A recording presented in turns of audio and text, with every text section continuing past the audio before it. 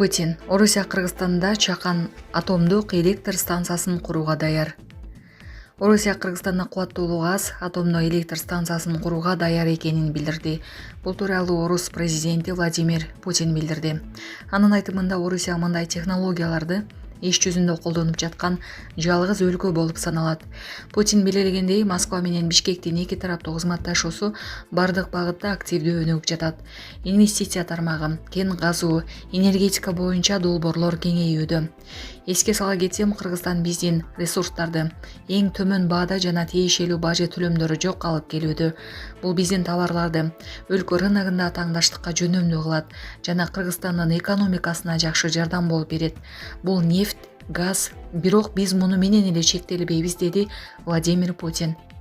Мындан тышкары ал Орусия жакынкы жылдары чакан жана жер үстүндөгү атомдук станцияларды курууга өтөрүн да эске салды. Анын айтымында алдыдагы жылдары Сибирде, Уралда жана Ыракы чыгышта 38 жаңы энергетикалык блок ишке берилет. Песков Орусияда жүргөн мигранттардын маселеси каралып жатканын билдирди. Орусияда жүргөн кыргызстандык мигранттардын маселесин эки тараптуу карап чыгуу пландалууда. Бул тууралуу Орусия президентинин маалымат катчысы Дмитрий Песков 27 ноябрда журналисттердин суроолоруна жооп берип жатып билдирди. Анын айтымында Орусияда Ээптин алкагында кыргызстандык мигранттардын жашоосун мыйзамдаштыруу үчүн бардык мүмкүн болгон иштер жасалууда. Башкысы мигранттар үчүн талаптарды мыйзамдын чегинде аткарууга ыңгайлуу шарт түзүү керек. Толуктап иштеп чыга турган нерселер көп. Азыркыга чейин талаптагыдай каттоодон өтпөгөндөр бар. Кеп 10 миңдеген адамдар тууралуу болууда. Азыр чогуу иштеп жатабыз. Ооба, көйгөй бар. Бирок аны көбүртүп жабыртуунун кажети жок. Азыр эки тараптуу чогуу иштеши керек, деди Песков. Сонун жаңылык. Сиз билген жана ишенген Умбем клиникасы эми сизге дагы да болсо жакыныраак болду. Анткени бизде жаңы филиал ачылды. Андыктан келип, өзүңүздүн жана жакындарыңыздын ден соолугуна кам көрүшүңүздү сунуштайбыз. Биздин жогорку даражадагы дарыгерлер төмөндөгү адистиктер боюнча кабыл алат: стоматология, гинекология, терапия, лор, хирургия, педиатрия, урология, УЗИ жана башка адистиктер. Лабораториялык анализдин 5000ден ашуун түрү алынат. Жогорку даражадагы стерилизациялоо. Биздин дарек ВДНХ метросу, Кондратюка көчөсү 2. Телефон номерибиз 8925 103 22 55. Кабыл алууга алдын ала жазылып келүүңүздөрдү суранабыз. Умбем клиникасы. Сиздин ден соолугуңуз, биздин камкордук.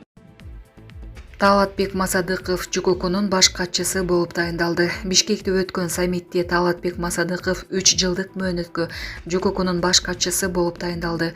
Ал кызматка 1-январдан тарта киришет.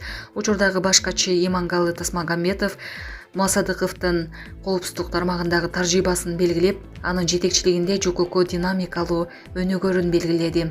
Белгилей кетсек, Талатбек Масадыков Москва мамлекеттик эл аралык мамилелер институтун жана Москва мамлекеттик университетинин аспирантурасын бүтүргөн. Филология илимдеринин кандидаты, илимий даражасына ээ. Ошондой эле Лондон экономика жана саясат мектебинде окуган.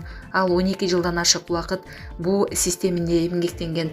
2021 жылы Кыргызстандын Коопсуздук кеңешинин төрагасынын орун басары, кийин президенттин атайын өкүлү болуп, 2024 жылдын январ айында ЖККнун баш катчысынын орун басары болуп тайындалган.